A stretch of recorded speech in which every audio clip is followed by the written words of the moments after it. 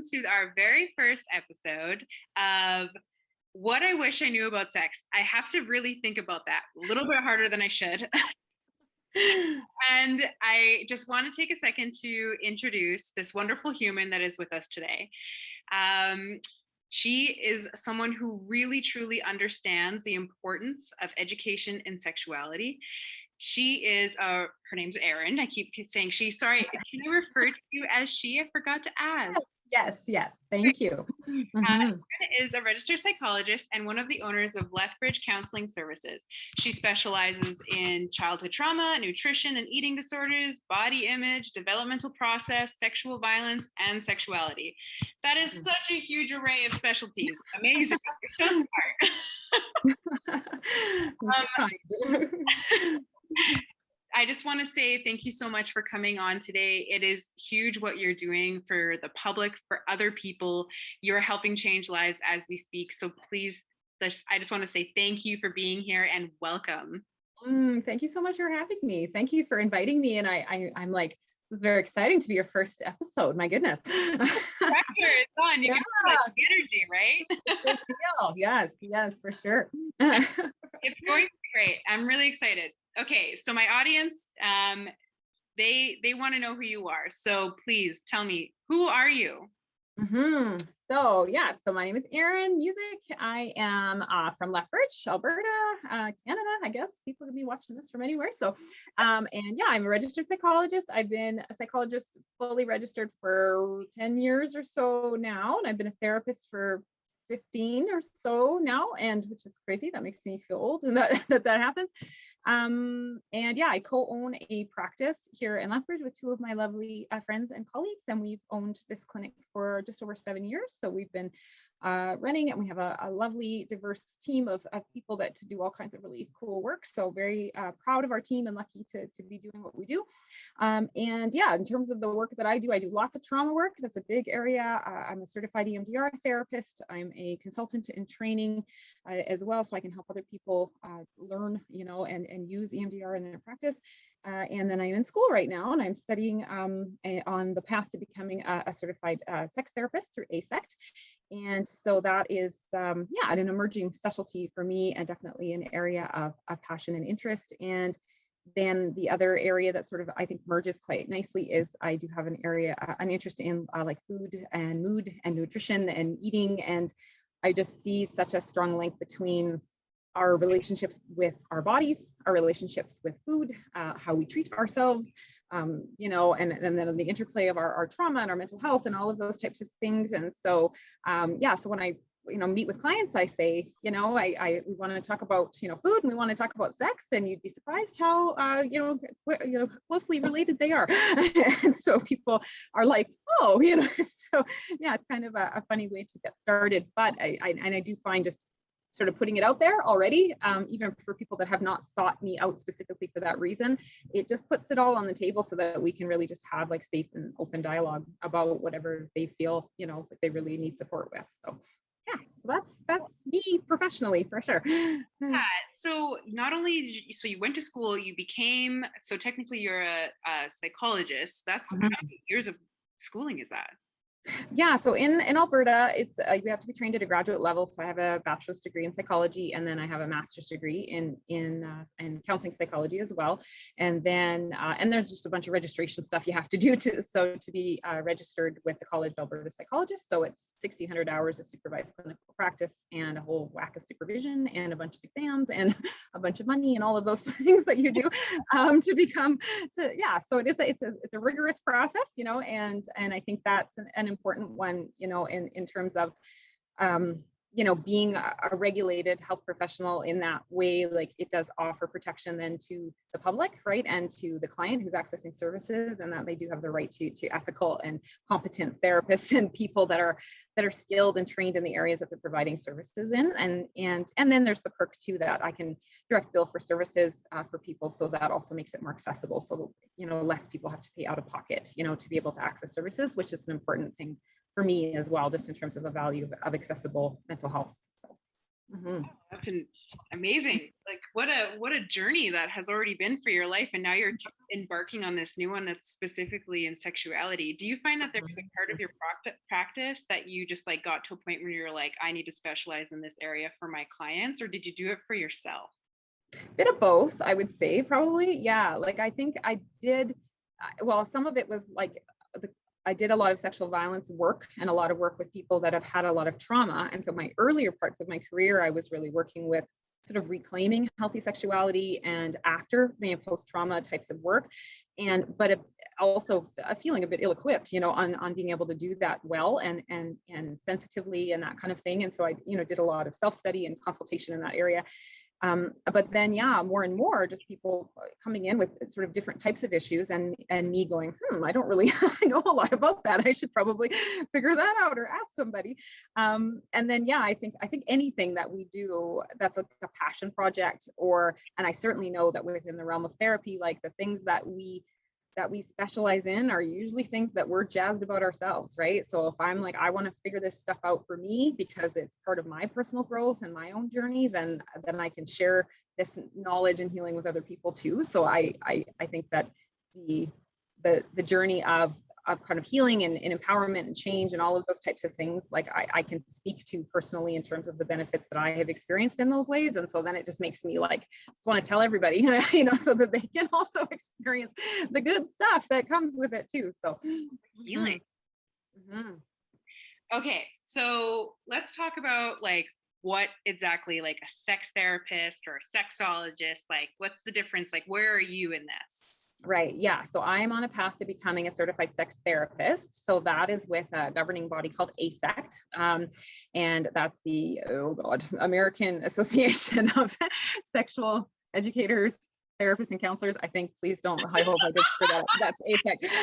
Should have written that one down ahead of time. Yeah. So, yeah.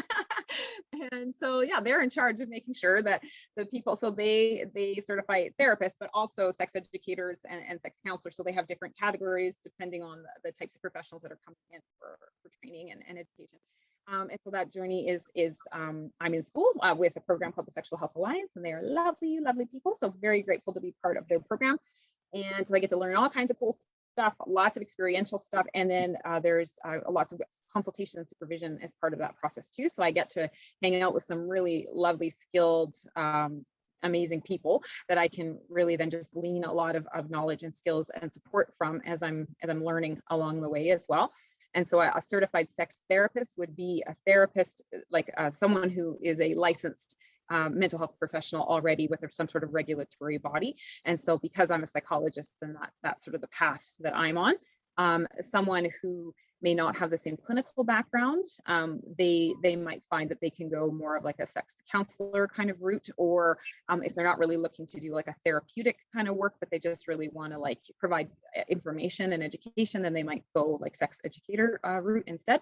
And then a sexologist isn't, from my understanding, sort of governed through a body like ASECT, but it would be, again, a professional that has some background and maybe wants to just, again, like enhance their knowledge and skills, but they aren't necessarily going to be regulated like with a regulatory body in the same kind of way. So there's, yeah, sort of different categories and different ways that people can access and get support.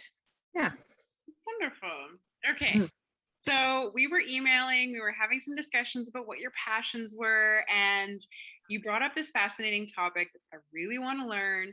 And you said, like, I'm going to literally, I took it right out and I was like, I need to say this word for word. You said, I was so in love with the sentence. And you said women's sexual health in relation to hormone health, burnout, and stress management.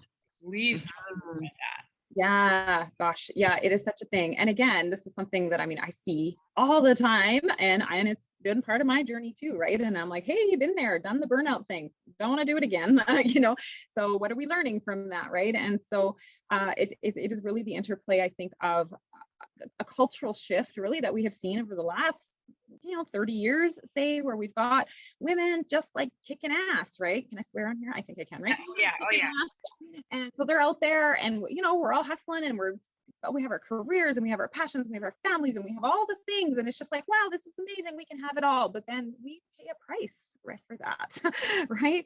So yeah, I can have it all, but I'm like a heaping, crispy mess at the end of it all. Right. Or I'm putting out all of the energy that I have, and then I'm not getting a lot back, right? And so we have a lot of women that are technically, yes, successful and doing all the things, but they're really, really run down, right? They're really not taking good care of themselves, and their needs are last, right? And that's celebrated, really, honestly, culturally. We reward women for rescuing and martyring and serving and sacrificing, and it's not serving us, right? And so when we are burnt out, then we end up with disrupted sleep and disrupted gut health and disrupted hormones, and our menstrual cycles pay the price, and then we are not having a good time, right? So, and usually it's we stop when we get sick, right? Like when our bodies actually give us a hard no, because we're not, we don't have time. I don't have time to take care of myself. And our bodies are like, oh yeah, right. And I'll make you take care of yourself. Right. And this is what happens. Yes. It's a crash and burn. I feel like speaking to me right now. Like, I'm like, yes. Oh, it is. And it's a familiar journey. And the amount of women that I meet with and support in going like, hey, like boundaries, let's talk about boundaries. Let's talk about what you actually want to do. Let's talk about your yeses and nos. It's a huge deal, right? And then it's also just like learning about ourselves as being uniquely female in terms of being, vulva owners with hormones and menstrual cycles and things like that. If that is, applies to you, then knowing about those processes is really, really important and really, really empowering, so that you can then tailor your life around that, right? Because our whole world is based on a circadian rhythm, and we all have one. That's great, but women also have an infrating rhythm. Circadian rhythm is like your 24-hour clock, right? That governs your wake and sleep cycles and stuff. So men are governed by just that one. So they do their whole hormone cycle every 24 hours, right? So they have their, wash, rinse, repeat kind of thing. So, pretty steady. And we do have that too, but then we also have an infradian rhythm, and that is the thing that governs our menstrual cycle. And so that changes where we are depending in terms of our estrogen, our progesterone, our FSH levels, our testosterone will change depending on where we are in our menstrual cycle. Right. So a big passion that I have is educating women on the different seasons of their cycle, so that they can know the qualities, what to expect, what changes they're going to see in terms of their energy, their focus, their productivity, how social they feel, how they should eat, how they should move, like all of that stuff. Right. And when we learn that, then we're like, oh, so you mean I don't have to be the same every day of the month? It's like, no, you don't. You're not wired that way. So yeah, so it's quite remarkable. So it's a big part of like, just tuning in, right, dropping into our bodies, learning about our body's natural rhythms, and then starting to kind of shape our lives in a way that's going to be more in tune with those rhythms, rather than sort of being frustrated with ourselves or pushing, right? And then just how quickly that ties into, like, if you're burnt out, you don't feel like having sex. Like there's no, like your libido is going to be down, right? You're not going to be having pleasurable experiences. And if you're not experiencing pleasure in your life, right, then you're not going to be experiencing pleasure with yourself or with a partner either, right? So when we can get in tune with our bodies, right, then we can also wake up our bodies and our brains kind of chill out. So we're not in that limbic mode all the time. And then, then we can be like, oh, sex would be a good idea. And then we start to see, higher desire and more arousal and more pleasure in overall for women, right? So yeah, so it's a really important thing. Plans for like women based on when they're in their cycle, like what they should be doing to prevent like burnout. Yes, definitely. Yeah, like honestly, I as one example, I have a lovely person that I have supported who has to deal with some extended family challenges, which lots of people have to deal with.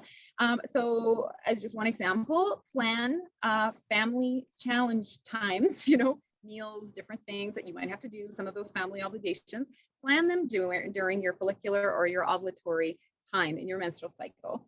So we would call that your spring and your summer, because you are more outward in your energy, you have more you're more social, right? And you have more capacity to be able to do those types of things than you might say later luteal 5 days before your period, where you're starting to turn inwards and you're less social and just not feeling so inclined, to have that same kind of capacity and energy. So you can definitely like plan, and I plan my workouts around where I am in my cycle. So that last kind of 5 days leading up, I just do like really light, gentle, like yoga, rest, movement, nice and fancy movements or walking, things like that. But I'm not going to be doing HIIT workouts, 3 days before. Like I would be like, oh my God, like that's not nice to do to your body. Right? So anybody like who follows me, like who will follow me continuously through this journey, they know that I work out. I do aggressive workouts every single day. Yeah. So I'm like, sitting here currently being like, maybe I should really reevaluate my life. For you. Yeah. Women, we really should not be doing HIIT more than like 2 to 3 times a week from the research that I have done. It is hard on your system because it spikes your cortisol, right? So if you're already dealing with stress and burnout, you don't want to add more cortisol. You want to reduce it. So it's so stressful leaving, when you're getting all your sweat on. I feel like I'm just like, if I'm doing like a boxing program, I'm like picturing their face. Yeah. Well, you could do that, but then it's like, oh, then I'm also gonna like lift some heavy weights, because that can like make us feel strong too, right? And so there's different ways that we can move, but it's just like honoring where your body's at, right? And I just think it's such a cool thing because once you're in tune with it, then you notice, right? Like, oh, my jaw is sore, oh, I'm tired, or oh, my tummy doesn't feel so good. Like we're much more aware of what's going on for us. And then that way it doesn't pile up where all of a sudden we're sick because we've been actually having all these symptoms and signs for 3, 6, however many months, and we're just not paying attention, right? And then it really knocks us down, right? So we can notice all the little nuances, that our body gives us. Do you have a cheat sheet of like how people should act like during which phase? Like, I mean, that's like way probably a lot lengthy education moment for this. Yeah, but yes, I do. I have cheat sheets, and I have again, there's some really lovely, smart, sciencey ladies that do all kinds of things. So if you're really interested in learning this kind of thing, there's a great book called In the Flow, and it's FLO, In the Flow. It's Alyssa Beatty, I believe is her name, and she's like so smart and has all of this stuff. Dr. Stephanie Estima is another one, and she's got a podcast and a great book. And there's some really awesome just people even just on Instagram that have podcasts and are menstrual coaches and really smart, lovely ladies that put really good information out in the world. So those are a lot of people that I follow and have learned from as well. So it's been really important, like transformative information for me, definitely, and for a lot of the ladies that I have worked with and shared it with as well. So crazy. I find that it is such a science kind of based education, but I find that a lot of women who are really kind of doing it are very spiritual based people. Yeah. And I do find it is a perfect mesh of, science and spirituality coming together, and we're talking about our period. Yes, I totally agree. Because yes, I mean, you can be all woo about it if you want, right? Like I call it my moon time. That's very hippie-ish of me, but like that's what it is, right?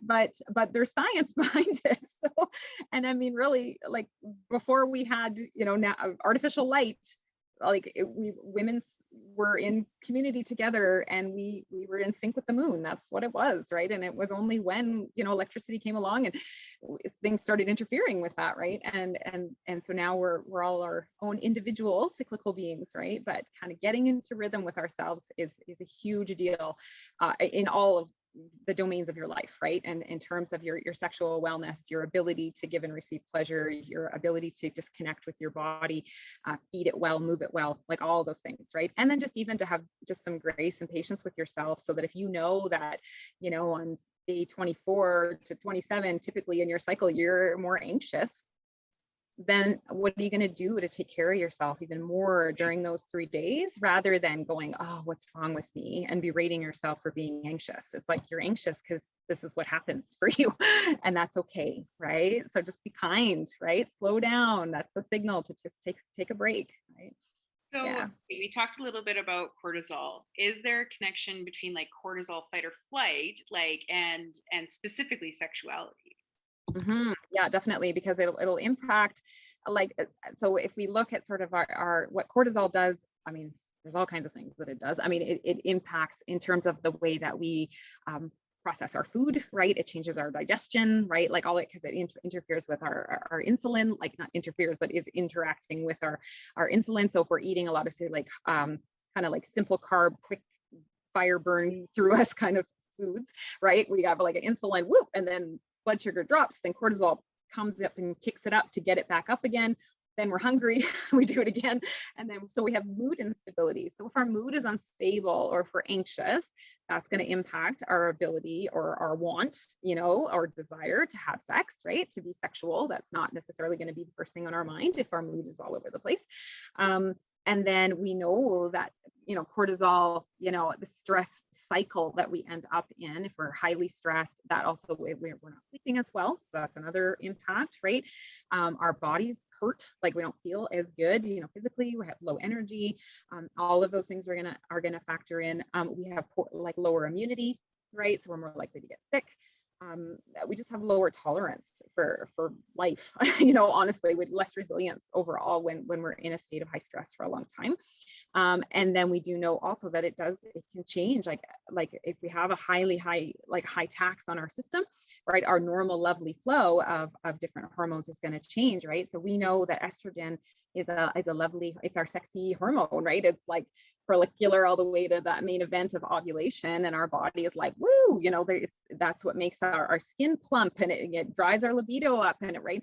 But if we are having estrogen dropping sooner because we are in a big stress ball state all of the time, we're not getting all the good fun benefits of that kind of thing, right? So from a hormonal balance perspective as well, it is a big deal on top of all the just regular, also physical and mental, you know, impacts of chronic stress. So it's not good for us in any state, right? Yeah. Fascinating. I mean, I have a degree in science also. And I do find that I'm like, every time I hear someone else speak about estrogen and the connections, and then if it's working with cortisol, I'm like, whoa, okay, what? Yeah, wait a second. Yeah. Yeah. Cool. Yeah. Well, and again, like I just love, because I mean this, and I'm a student in this too, right? So I'm like, I learn stuff and I'm like, oh my gosh, I'm taking notes, and I just get excited because I'm learning more stuff. And then I like to learn it and then tell people about it, because I think it is just important information for us to be equipped with, right?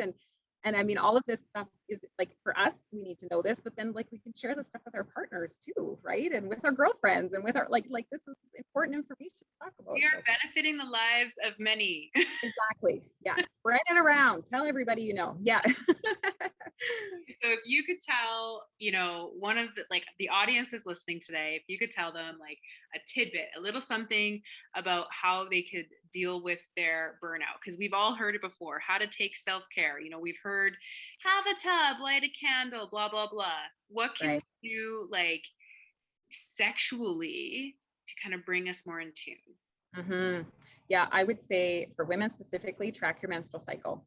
You got to track it, because you're not going to know what your rhythms are if you're not tracking it. And I don't just mean track the first day you bleed and the last day you bleed, but track every day symptoms, you know, things that you're noticing. So whether that's physical symptoms, mental health symptoms, just emotional stuff, observations, like, oh, I have no balance today. That's an observation, right? Like, oh, I work out in the evening and I do better than I do in the morning. What's that about, right? So just be really curious about yourself, right? And just start to notice.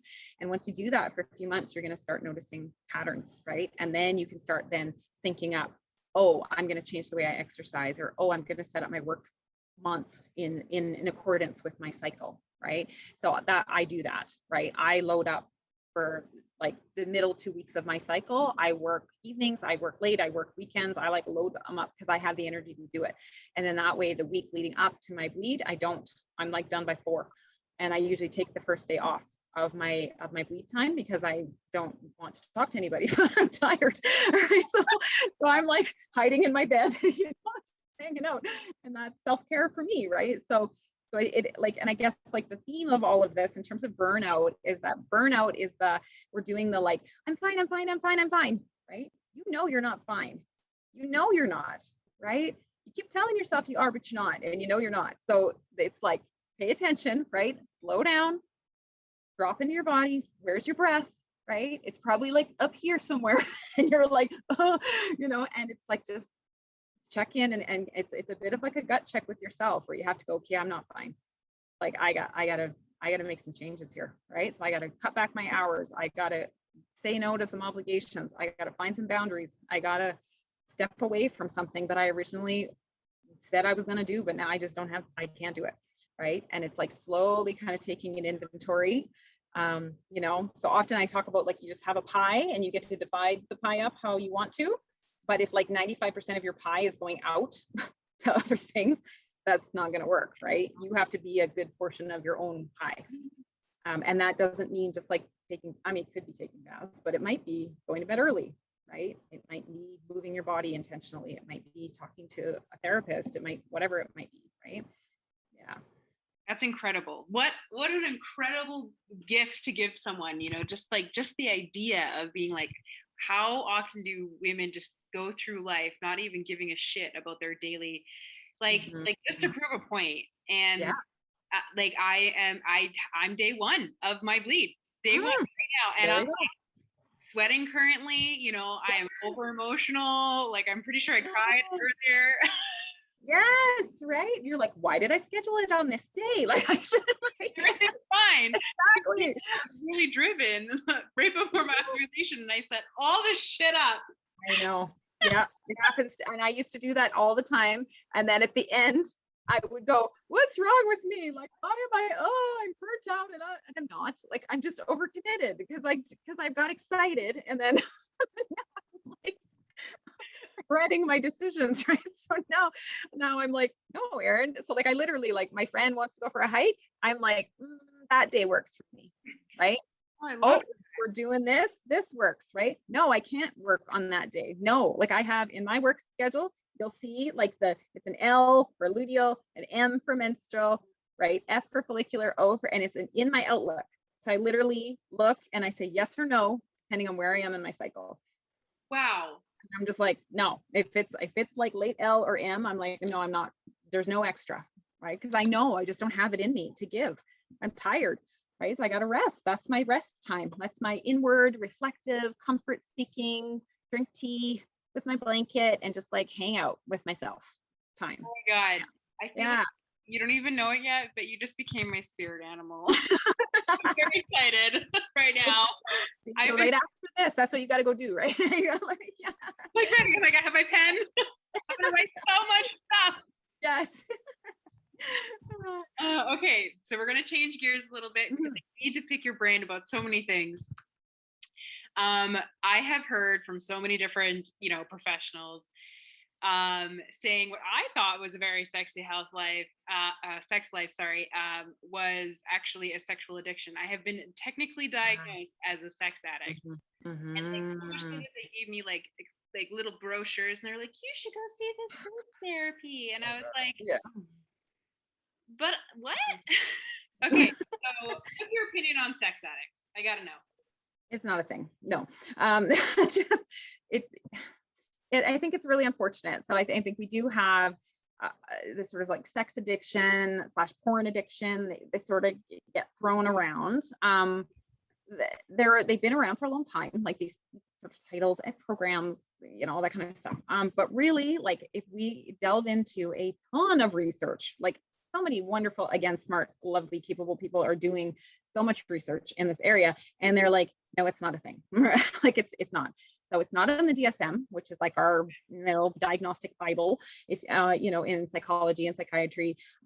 There is like a sort of a little like kind of subcategory like coding now, sort of what they call out of control sexual behavior. But it's not, again, it's not addiction in the way that we sort of think about it. So I think that a lot of times people that have, just like, and particularly women too, in this case, right? So women, we're not supposed to have high sex drives because, oh gosh, what's wrong with us if we do that, right? So that's a kind of a catch-all sort of category that tends to pathologize, which is actually just really normal, healthy behavior. But the biggest correlation that we see actually, and the research plays this out, is that when we're looking at sort of sex addiction or porn addiction, it's the presence of a moral conflict. That is the thing.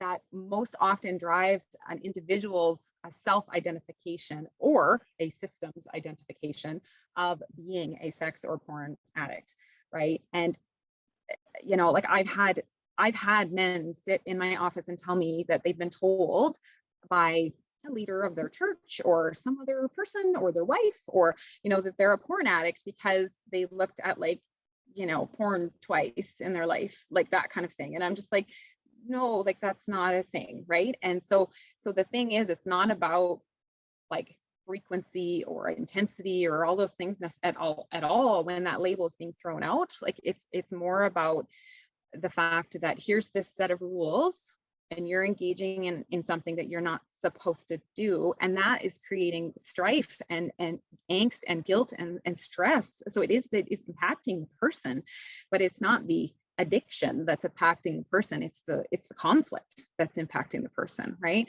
So that's a thing that then we can help a person resolve a moral conflict, right? That's what we can do in treatment. But I'm not going to treat you for something that you don't have, right? And then if you are doing something compulsively, because we can do things compulsively, we can eat compulsively and exercise compulsively, we can watch porn compulsively, sure, but then that's a symptom, right? Like why are you doing this thing compulsively, right? Is this just like a coping strategy where maybe you don't have many other coping strategies, or what's underlying the need to cope in this way, right? So do we have is this a trauma response? Do we have a massive amount of unmanaged anxiety? Like what is going on for this person, right? So we really want to be delving into I want to understand the person and how whatever it is that they're doing is impacting them. And then that's how I'm going to treat them. I'm going to focus on the impact, right? But I think far too often we see the label sex addiction thrown around to just like absolve celebrities of responsibility for really crappy behavior. And the addiction model also, it's sort of the like, well, it's not my fault. Like I'm a victim to this thing, and that's how, people, it's I don't know, it makes you so you can sleep at night potentially, right? But it's like, it's not really, clinically a valid thing, right? And so, and just the idea too, that as a therapist, someone might come into me and say, hey, I Googled this thing and this is what I think I have, but that doesn't mean that I just go, oh, okay, and then just treat it, right? Like that'd be like you going to the doctor and saying that you have a broken arm and then they just throw a cast on it without doing an x-ray. Like that doesn't make any sense, right? So I'm going to be assessing and going, okay, let's talk about this. I want to understand what's happening for you, right? So that's ethical, and therapy for someone. Yeah. And the idea of that just absolutely blows my mind. That like I wonder how many wrong, or not wrong, but like close-minded psychologists I had seen, because I think everybody deserves to see therapists of some kind. I think it's so healthy. But like how many I've seen along the way that constantly threw that label out, or constantly threw polyamory is wrong, monogamy is the only way, like all of these little things. And I'm like, why is everyone telling me that I'm wrong, including professionals that should be open-minded, right? Absolutely. Yes. No, I'm sorry that you had that experience, because that's not, and I think it's like, again, part of being an ethical therapist is that, like, it's not that we are without bias. Of course we are, but we have to know what they are, right? And then it's our responsibility to manage them. And it's definitely not appropriate to be putting those, on a person that we're providing services to, right? Like, it's just not, it's not your concern what my thoughts on that might be, right? And my job is to meet you with, where you're at, and hold space for that to be okay, like whatever it is that you're exploring, right? So yeah. Yes. I love that. Well, you know what? I'm glad that, like, I hope that, like, somehow you just get like this influx of awesome humans that are just like, you need to be my therapist. Yeah, I want to talk about this. Yeah.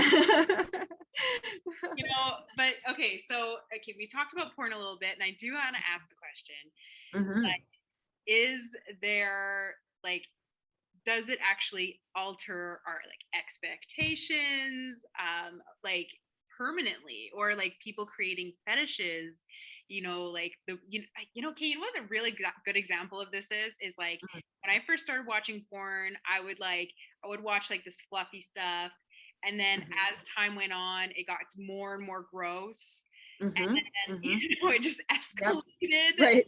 My personal sex life. Right. Yep. Normal life porn escalator. Okay. Yeah. I mean, I think we have to be clear on like what porn is and what porn isn't, right? And again, like some of my favorite people that talk about pornography in really great ways. So Dr. David Ley is one, and he's awesome, and he has written some great books. One called Ethical Porn for Dicks. It's a great book, definitely good to read. And Dr. Marty Klein is also a really wonderful resource on this, and he's teaches and has written some great books as well. So Marty Klein talks a lot about porn literacy, what he talks about being, so we need to be clear on what porn is and what it isn't.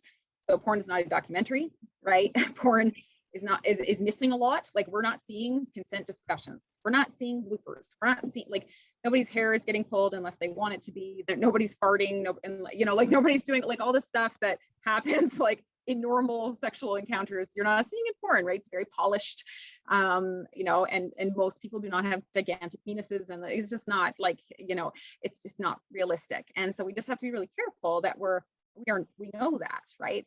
But it's such a funny thing on how like we can watch Mission Impossible, and I don't have an expectation that I'm gonna like jump out of an airplane and be like a cool sky dude or spy dude, right? Like I don't have that, or like I'm gonna be the bombshell in James Bond. I don't have that thought.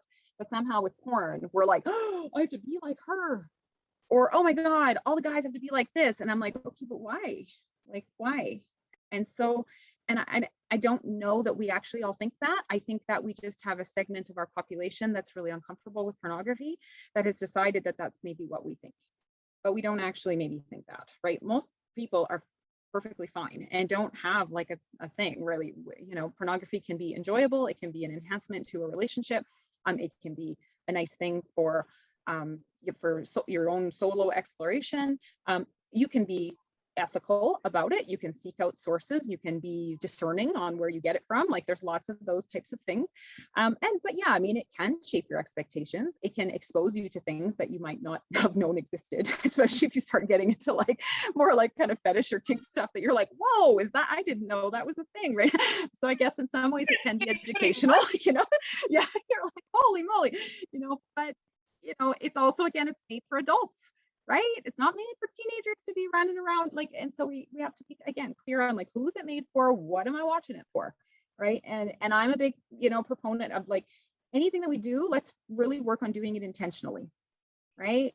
So I'm going to move my body intentionally and feed myself intentionally. And if I'm going to watch porn, I'm going to watch porn intentionally. Right. And so what am I doing this for? What is this about? Right. And then it also does help, for you to explore. You might find something that you're into that you didn't know you were. And that's part of our development as sexual beings, right? So, yeah, I think it can be a really healthy thing, and if it is feeling problematic for a person, then again, it's more of a, okay, I need to kind of check in with myself. The only kind of risk factors that we sort of see with more like, say, like violent pornography and things like that would be if we're looking at some of those particular personality characteristics, like more like kind of our narcissism and those types of things, right?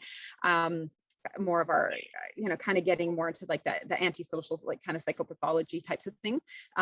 There is kind of a correlation there where violent pornography can be, not always the safest option for folks with those types of personality characteristics, but for, again, the general population, that it's not going to be a risk in that way. So okay,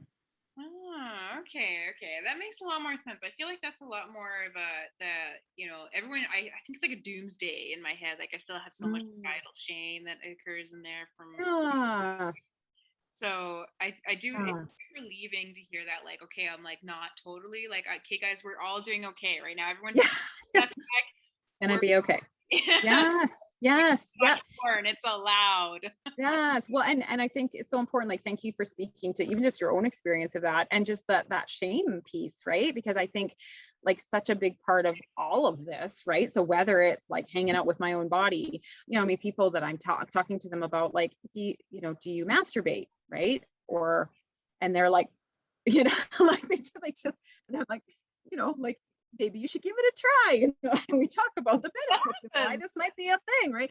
And it's like but people are just so uncomfortable, and it's and it's the same, yeah, like just our sexuality is something we don't have a particularly sex positive culture in North America. We get really freaked out, and there's a lot of secrecy and shame, and a lot of people just don't have good information, which I believe, when you reached out to me was such a huge reason as to why you wanted to create this channel, right? Was because it's like people need good information. So I just think that's such an important mission, right, to fulfill.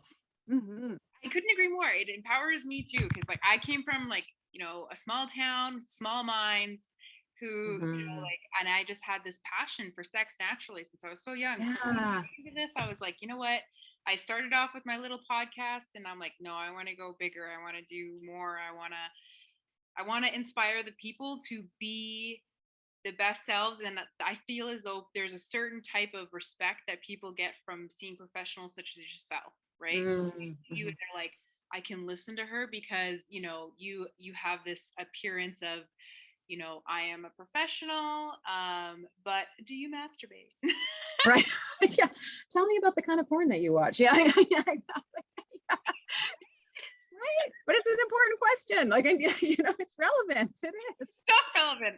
But me relevant. It's just so normal, because I'm like, I talk about this to all of my friends. My friends talk about Right. what I do. So Yes, it's so fascinating when I meet other people and they're like, what do you talk about? Wow, that's great. right.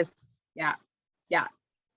So, okay, we are going to shift one more time, because I think this is another thing that I really want to discuss. Mm-hmm.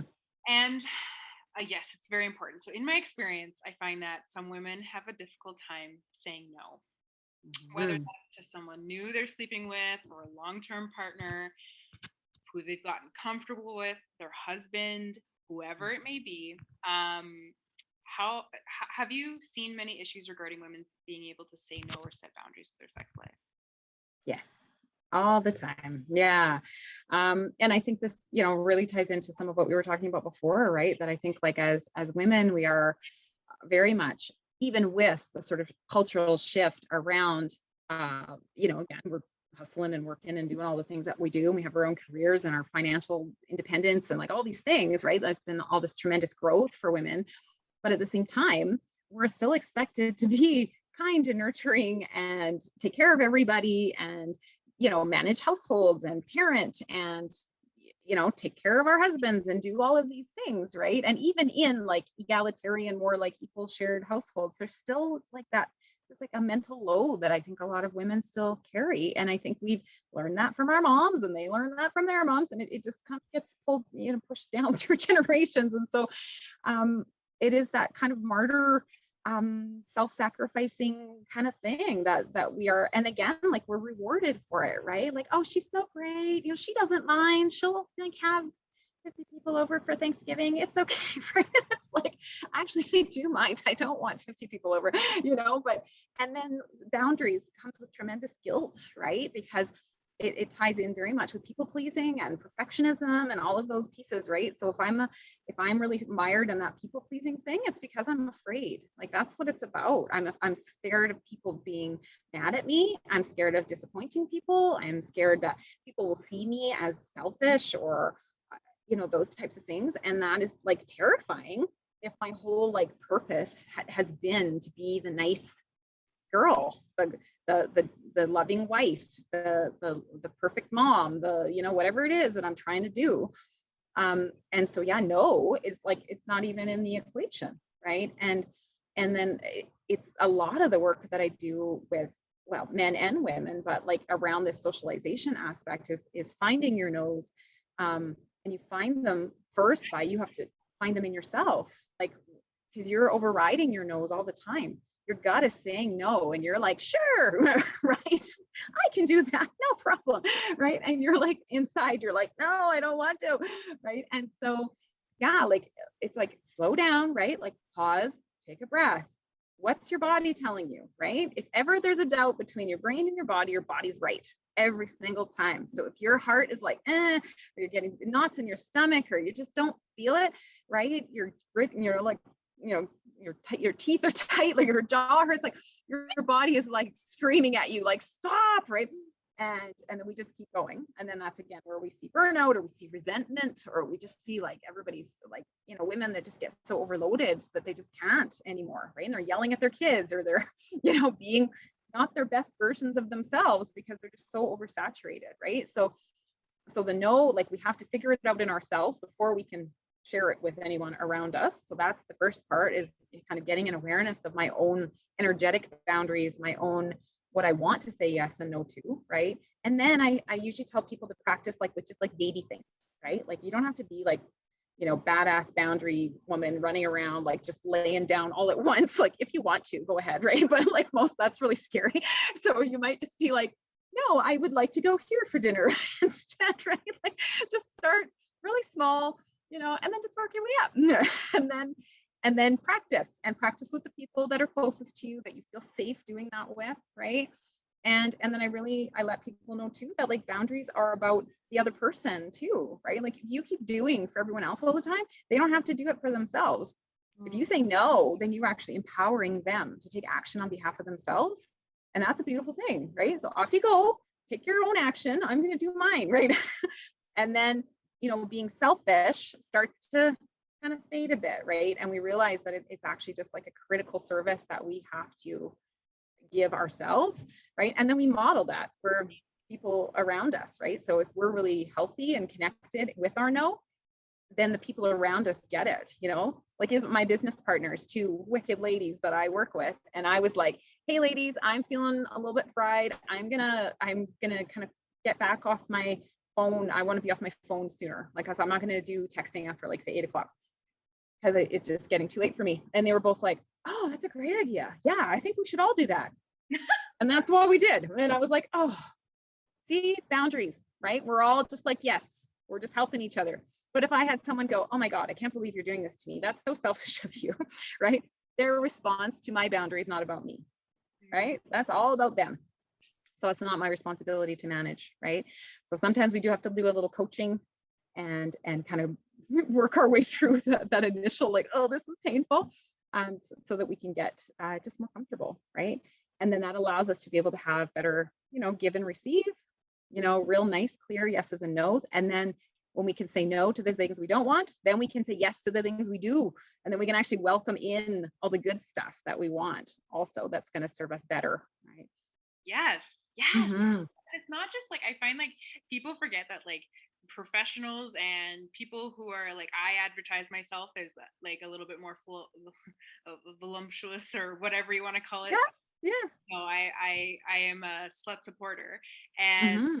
and I do find that people forget that like even sluts can say no too. People can Yes. identify as a very hyperactive, hyper sexualized person, but that they can say no too. Exactly. Yes.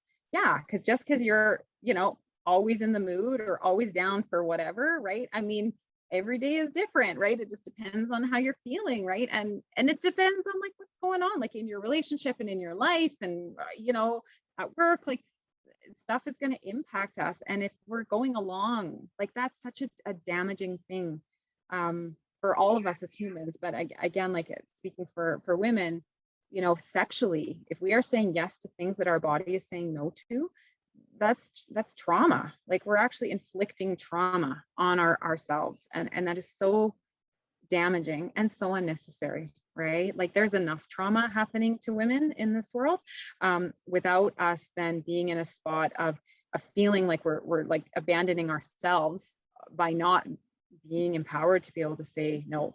And that's with our husbands, with anybody that we are engaging in sexual activity with, right? To be like, today is a no, tomorrow might be a yes, but I'm not feeling it.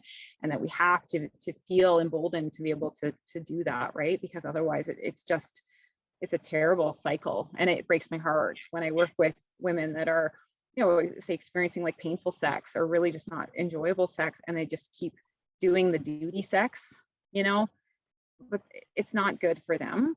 It's actually painful and uncomfortable for them. And then I go, how do you think your husband would feel if he actually knew that that's how you felt, right? He'd be horrified, right? That's not what he wants, right? Like your husband doesn't want to have duty sex with you. He wants to have like loving, beautiful sex with you. That's what he wants. He wants you to be into it, not just do it because you feel like you're supposed to, right? So breaking that, like, okay, you've already done this for so long now. It's like that breaking, like you have to yeah, start now. And then it's like, yeah, where do I start? Hey, I just spent the last 2 years giving duty sex to you, you know, like, yeah, I actually hated it and I don't want to do that anymore. Like that's a big deal. It's huge, right? But it's, you gotta like to be able to say like, I'm so sorry for myself and for you that this is how it's gone, but we got to figure something out because I can't do this, right? And that's like, yeah, standing up for yourself. You have to, right? Because like no one else knows how you feel except you, right? So yeah. And I think it's something to consider, like if like a man's listening to this or whatever you identify as, but if your partner like is having duty sex with you, I think it's so important for us to be like, you know what, don't take that on as like an ego thing. That is like a societal shame that comes so Yes. deep into us Yes. that like Yeah. we feel obligated to give it to others, right? Absolutely. Yeah. Yeah. And I think women, like we are socialized to be the gatekeepers of our sexuality. Men are socialized to be the pursuers of, right? And so we're both bound by ridiculous stereotypes that like don't actually play out, right? There's a wonderful book called, and I can't remember the author, but the book is called Not Always in the Mood, and it's about men's sexuality. And it is just a beautiful book, and it really does, again, just like call into question, because again, I have lots of women that are like, how many times per week is normal to have sex, right? Lots of people want to know they're normal. Everyone wants to know, is this normal? Is this normal? How much is normal? Average, that kind of thing.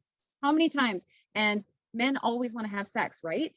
Right? Men are always in the mood, right? And I'm like, no, right? Like men have things that impact their sexual drive and arousal and erections and all that kind of stuff, just like women have issues that are going to impact those things, right? So no, a guy, like not just like all sex is not good sex. That's one of the myths that's busted in there, right? And I just love that she speaks to that like, yeah, don't have duty sex with your partner. Like that's not the goal for either one of you. So I love it. I love it. This is such a good conversation. Okay, a few more things, and just I want to tie in this one thing. I do feel like the world is becoming more open to sexuality, non-monogamy, or whatever it is. Yeah. There's still a lot of judgments purely around sex. And we kind of did discuss this recently, but like, do you find that like, I mean, like as a woman who helps others psychologically, seeing the problems that you do, what is something you wish you could say to the judgmental humans? I think people judge things that either they just don't understand or that they feel threatened by, and I think that if we look at if we look at all of the different sort of cultural sort of norms, things that have changed through the years, you'll see things that like were once really radical that are now normal, right? And I think that's kind of where we are now, is that we have all of these like really radical, ideas out there just because they challenge the status quo, right? And some people are really, really protective of the status quo. And I think that it makes them feel safe. Like, I think it's like, no, I know what I can count on, and there's predictability in that. And I like that. And that makes me feel good about my place in the world, So I think it's fear. And I think it's just a not knowing or not understanding. And I guess for me, like the biggest thing is that like our sexual self, and our relationship sexually, and that's like with ourselves and with whoever we decide to engage with sexually, it's a very personal experience. It's a very personal journey, and it's a very personal relationship. Like our own sexual relationship with ourselves is deeply, deeply personal, and no one gets to be privy to all of that, right? Like that's you. Like you are a sexual being, whether you identify yourself or see yourself necessarily in that light, like you are, like you were made that to come into this world by sex, right? And that's a cool thing, right? That's something that can come out of that. But yeah, your own relationship with your body and your own relationship with pleasure and with your stuff that is exciting to you, and stuff that's ick to you, and stuff that's everything in between, and just how what feels good for you, that's going to be a deeply personal thing, right? And so I really just encourage people, kind of like the same thing with boundaries, right? Like, you're going to do you, and that's what you're going to do. And someone might really get the boundary and be really respectful, and others might not be, and that's not about you, right? And that doesn't make it not hurt when people are rude, you know, but it is just really like owning your own journey, and knowing that, like, if it really is feeling like, yeah, like this is me and this is good, you know, then you know you're on the right path. And you can also change your mind, right? Like, this is a very fluid, ever evolving, changing process. So you might have gone through this period of time that was this, and then you decided to do this, and that's fine too, right? So you're not like, you don't have to check a box and stick with it forever kind of thing, right? I think we can give ourselves a lot more grace and just space to explore, right? But not everyone maybe feels as comfortable with space to explore, right?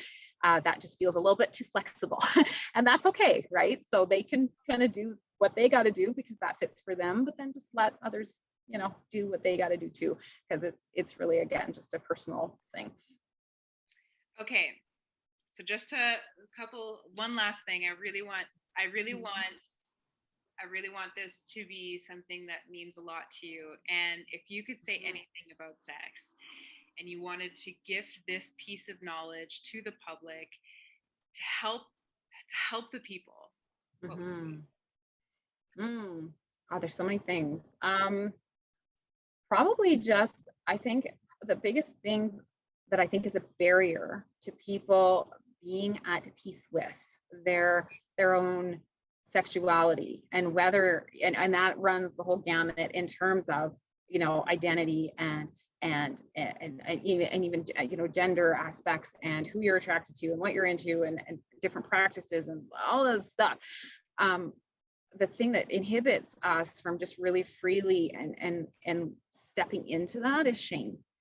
And I think shame is just one of those terribly toxic, eroding types of things that, you know, like, and I don't know where, I mean, I know there's some things definitely that we can clearly sort of link shame to, but in terms of the internalized sense of shame, of people will come to me again, like, am I normal? Is this okay? Is this, and I'm like, what does it matter in a way, right? But desperately wanting to be normal, because if I'm normal, then that means I don't have to be ashamed.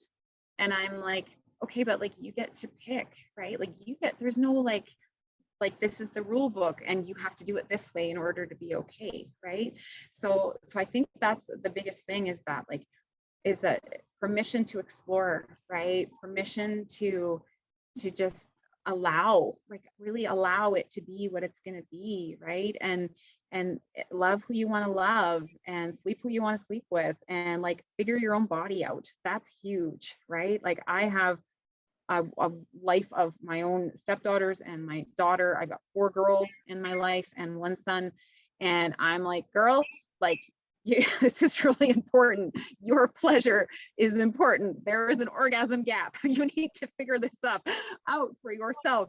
And, you know, and teaching us as humans how to really connect and love and find pleasure within ourselves, and then cultivate that with other people. And that there's no, you know, wrong way to do that, you know, short of being illegal, you know, like, you know, or non-consensual. Those would be the caveats, obviously. But, you know, like, other than that, like, just like, give yourself some space to just be free with that, right? And when you can give yourself that permission, like, oh my gosh, then you can just open yourself up to just like amazing experiences, and not be all in this judgy, shamey headspace that then stops you from being able to have those experiences. Yes. Oh my gosh, this was so good. Thank you so much for coming in here. I cannot tell you how much this inspires me and makes me feel like I'm not alone. And you educating other people out there, you coming here, you taking this time, it means something to people. Your pain is their pain, and our pain is their pain, and everybody just needs a little bit of love and peace. Yes. And yes. Go have some orgasms. It's important. Yes. And if you don't know how, go find one, right? Like, right now, like what? Like, oh my gosh, like, yes, go get Lori Mintz's book, become cliterate, figure it out, right? There for all the women in the world. Like she was talking the other day on a podcast. She said like 25% of college students that she surveyed didn't even know where their clitoris was. And I'm like, what? Like, like, we have a knowledge gap. So yes, we need to figure this out. That is the most reliable source, the path to orgasm for women. Not the only, but it's the most reliable one. So yeah, we got to explore our bodies and communicate with our people and seek out these experiences. And then, it's powerful, right? It's a beautiful thing. So and thank you for, inviting me to be on here for your first episode. So cool. And I wish you well on your mission, and I'll keep following your journey as well, because I think it's going to be so great. Thank you. Okay, I'm going to end the recording.